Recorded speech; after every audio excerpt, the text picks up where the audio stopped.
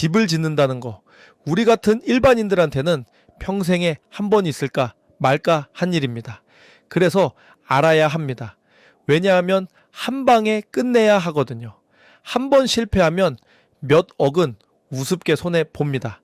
제가 현장에 나가보면요, 4억 생각하고 시작했는데 7억 들었다. 이런 이야기, 당연한 이야기입니다. 그분들도 나름 꼼꼼하게 준비하셨는데도 이런 일이 벌어지는 겁니다. 오늘 이 영상 하나면 큰 돈 아끼실 수 있습니다. 그럼 바로 가보실까요? 그 전에 구독 눌러주시면 전원주택에 대한 다양한 정보를 얻으실 수 있습니다. 첫 번째, 평당 얼마냐고 묻지 마세요. 집 지으신다는 분들이 저한테 제일 먼저 묻는 말이 있습니다. 요즘 평당 얼마 합니까? 이 질문에는 답이 없습니다. 왜 그런지 쉽게 말씀드릴게요. 정육점에 가서 이렇게 물어본다고 해봅시다. 고기 한 근에 얼마예요? 주인이 뭐라고 하겠습니까? 무슨 고기요? 하고 되묻겠죠. 소고기냐, 돼지고기냐, 등심이냐, 삼겹살이냐에 따라 값이 3배도 차이가 나니까요. 집도 똑같습니다. 그럼 진짜 집 짓는 값은 얼마냐? 요즘 업계에서는 평당 600에서 900 정도로 말합니다. 실제로 이런 일이 있었습니다. 계약하기 전에는 평당 530만 원, 다 해서 1억 6천만 원이라고 들으셨어요. 그런데 도면이 나오고 정식 견적서를 받아보니까 2억이 넘어 있었습니다. 공사 들어가서 1,400만 원이 또 붙었고요. 그럼 어떻게 해야 되느냐? 방법 알려드리겠습니다. 견적서를 받으시면요, 적혀 있는 걸 보지 마세요.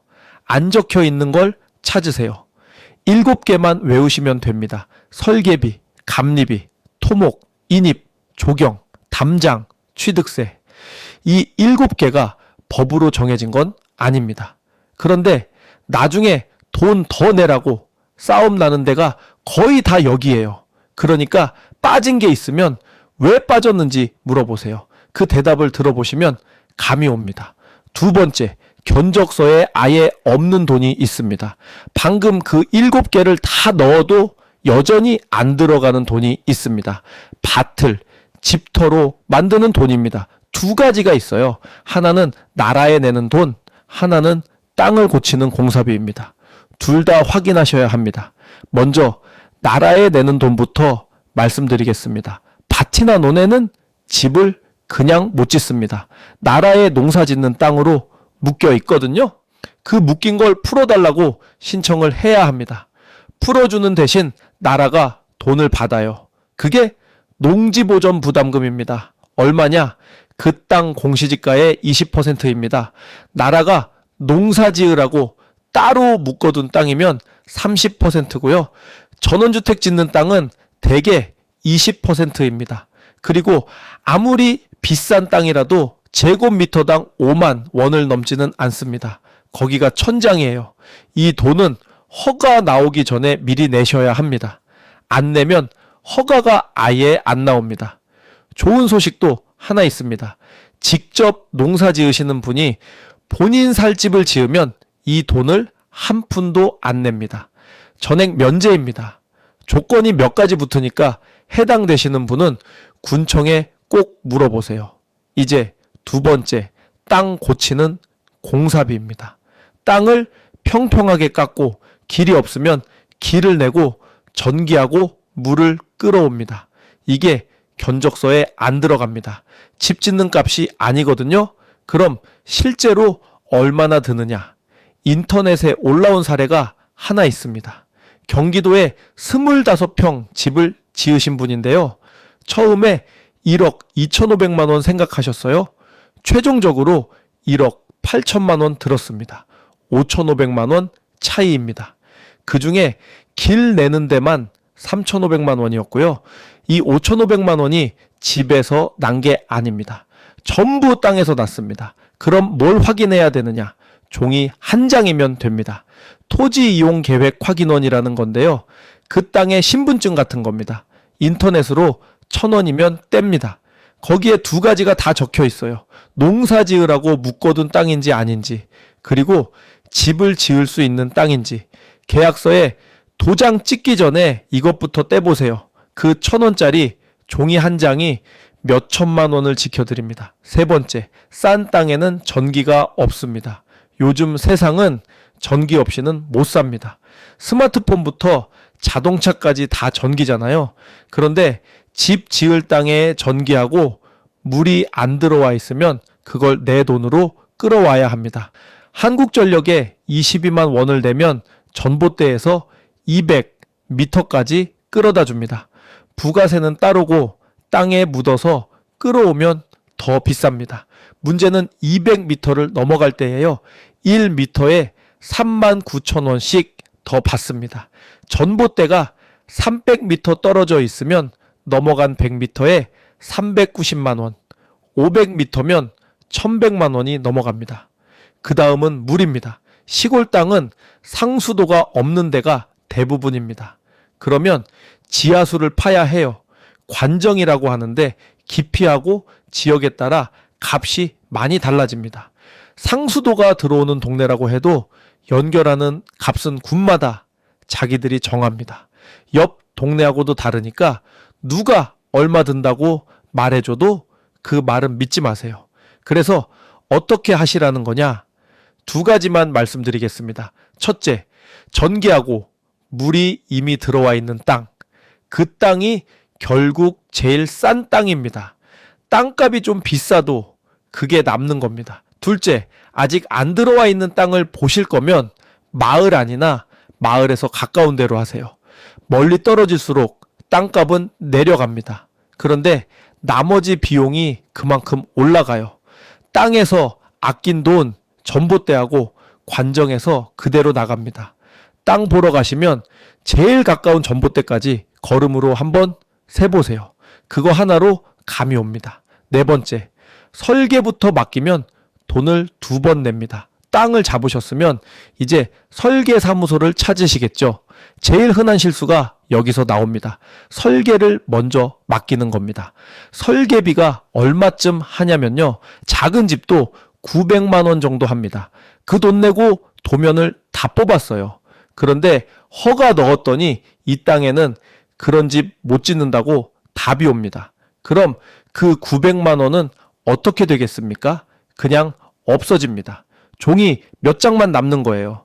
이걸 막으라고 나라가 만들어둔 게 있습니다. 사정열정제도라고 합니다. 역시 이름만 어렵지 뜻은 쉬워요. 미리 물어보는 겁니다. 군청에 가서 이렇게 묻는 거예요. 이 땅에 이만한 집 지어도 됩니까? 그럼 군청이 공식적으로 답을 줍니다. 식당 가기 전에 전화해서 자리 있냐고 물어보는 것하고 같습니다. 가서 없으면 헛걸음이잖아요. 이거 하나만 하셔도 허가에 필요한 4가지가 같이 처리됩니다. 다만 오해하시면 안 되는 게 있어요. 이걸 받았다고 허가가 다 난 게 아닙니다. 나중에 정식으로 다시 넣어야 합니다. 그리고 시골 사는 여기서 빠지는 경우가 있으니 그건 꼭 확인하셔야 하고요. 기간도 있습니다. 답을 받은 날부터 2년입니다. 2년 안에 허가를 신청하지 않으면 받아둔 게 없어집니다. 딱 하나만 기억하세요. 설계 계약서에 도장 찍기 전에 군청에 먼저 물어보세요. 순서만 바꾸는 겁니다. 돈은 한 푼도 안 듭니다. 안 바꾸면 900만 원이 듭니다. 5번째, 건폐율은 법이 아니라 동네가 정합니다. 건폐율이라는 말 들어보셨을 겁니다. 쉽게 말씀드리면요. 내 땅에서 집이 깔고 앉을 수 있는 넓이입니다. 100평 땅에 건폐율이 40%다. 그럼 집 바닥을 40평까지 놓을 수 있다는 뜻입니다. 여기까지는 다들 아십니다. 문제는 그 다음이에요. 책에 나온 숫자를 그대로 믿는 겁니다. 계획관리지역은 40%, 자연녹지지역은 20%, 이렇게 알고 계실 텐데요. 이 숫자는 전부 최대치입니다. 여기까지는 해줄 수 있다는 뜻이지 여기까지 해준다는 뜻이 아닙니다. 진짜 몇 퍼센트를 적용할지는 그 시군청이 자기들 규칙으로 따로 정합니다. 아파트로 치면 이렇습니다. 법은 전국이 다 똑같은데 단지마다 관리 규약이 다르잖아요. 주차를 몇 대까지 되게 해주느냐, 이런 건 그 단지가 정하죠. 땅도 똑같습니다. 법은 40까지 된다고 해뒀는데 그 군에서는 30만 해주는 데가 있어요. 100평 사서 40평 지으려던 분이 30평밖에 못 짓는 겁니다. 10평 차이입니다. 요즘 시공비로 10평이면 얼마입니까? 땅값하고 별개로 그냥 사라지는 돈입니다. 그럼 중개사는 이걸 다 알고 있느냐? 솔직히 말씀드리겠습니다. 모르는 사람 많습니다. 저도 다른 시군 물건을 볼 때는 반드시 그 군 규칙을 다시 확인합니다. 20년 한 사람도 그렇게 합니다. 계약 전에 딱 하나만 하세요. 그 시군청 건축과에 전화하시는 겁니다.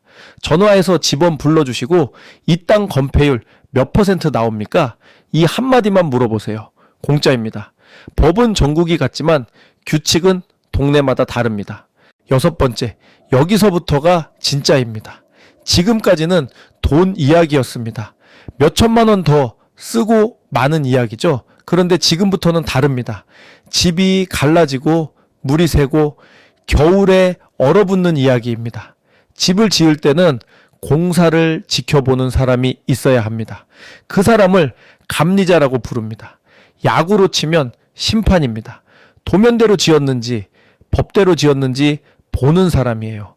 아니다 싶으면 도장을 안 찍어줍니다. 이 사람이 없으면 어떻게 되느냐? 기초공사할 때 밑에 까는 콘크리트 한 겹이 빠져도 아무도 모릅니다. 몇 년 뒤에 거실 바닥이 갈라지고 나서야 압니다.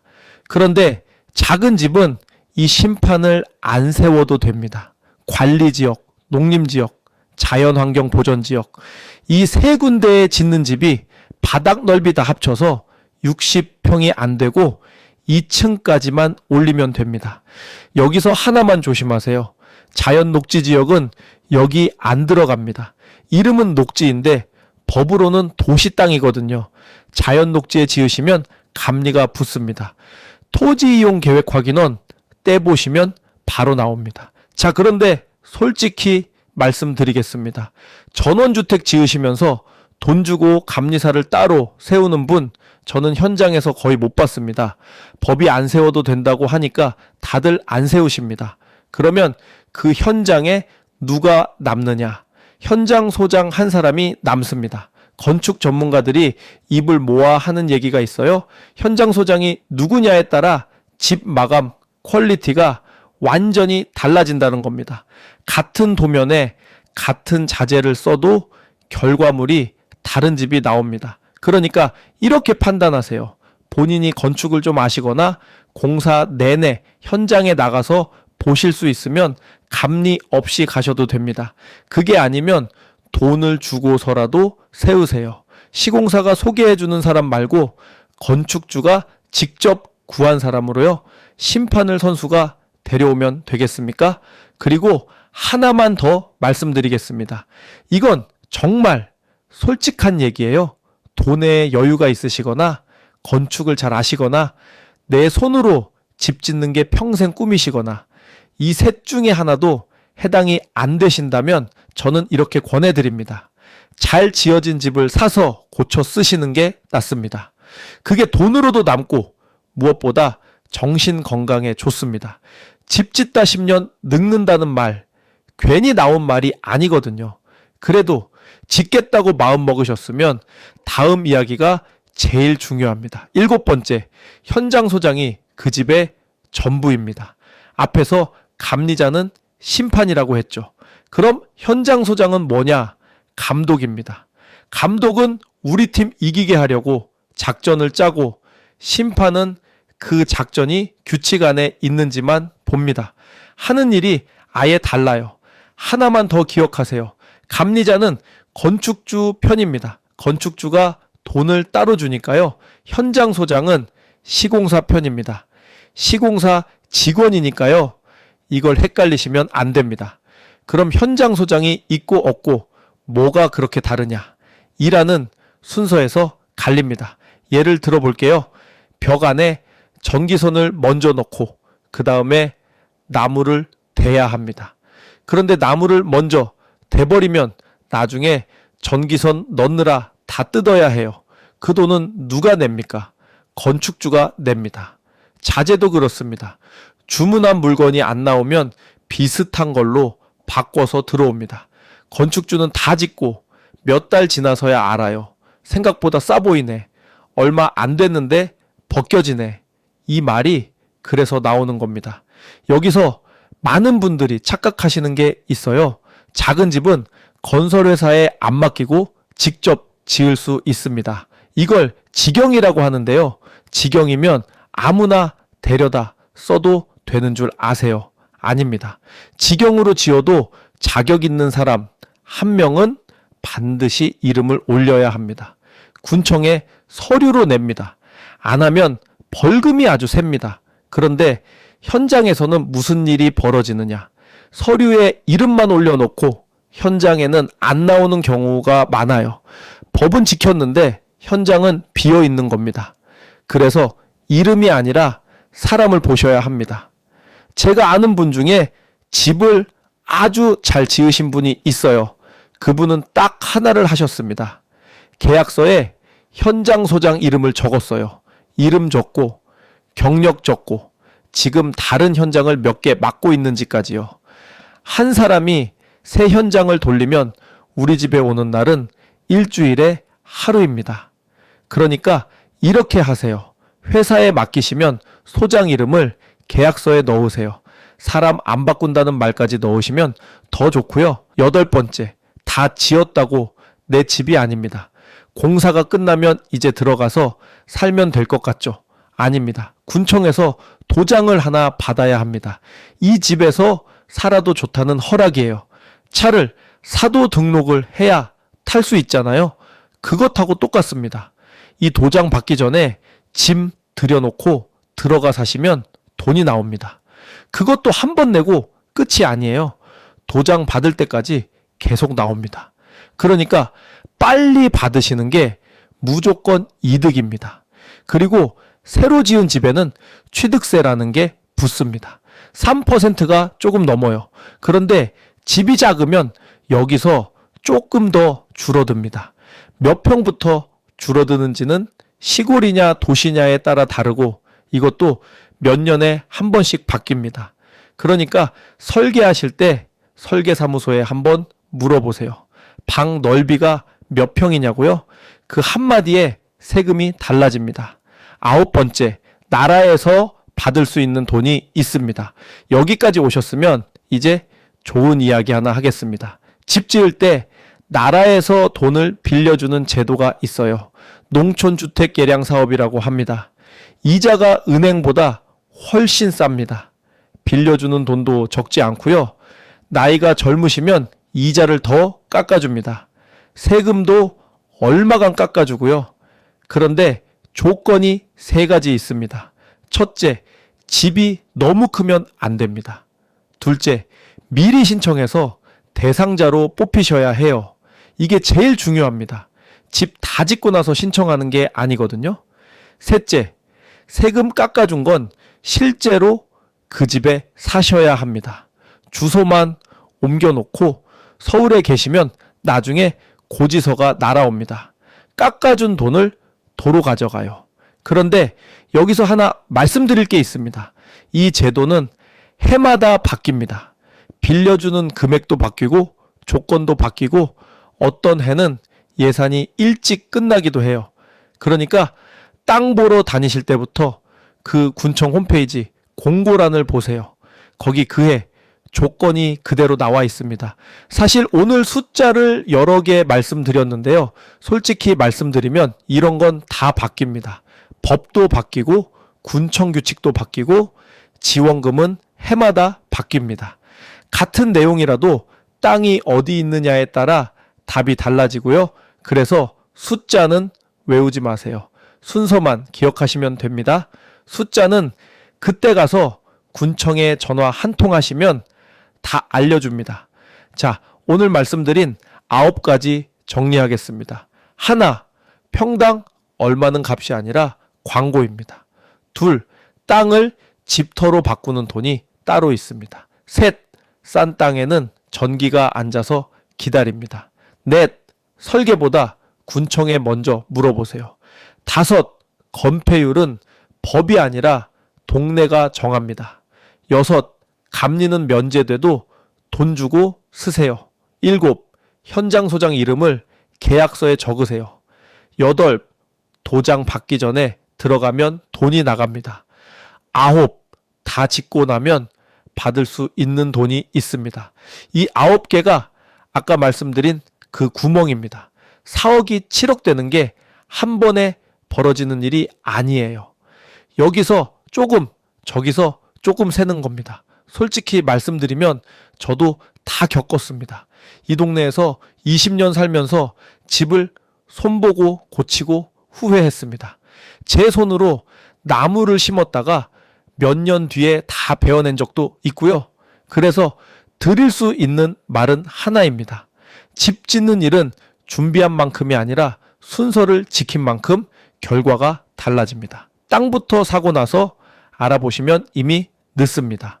오늘 말씀드린 건 일반적인 이야기입니다. 실제로 정하시기 전에는 꼭 그 시군청에 한 번 더 확인하세요. 세금은 세무사한테, 법 문제는 변호사한테 확인하시고요. 그리고 마지막으로 하나만 더 말씀드리겠습니다.